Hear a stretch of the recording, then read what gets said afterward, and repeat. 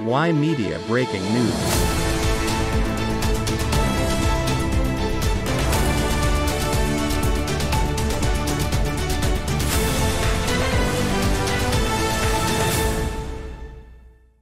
A waterfowl that was found dead in Brampton has tested positive for bird flu. The animal was found dead in the areas of Professor's Lake and Duncan Valley, Foster South.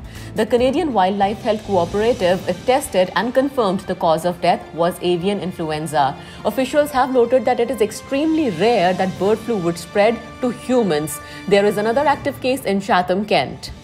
Y Media breaking news.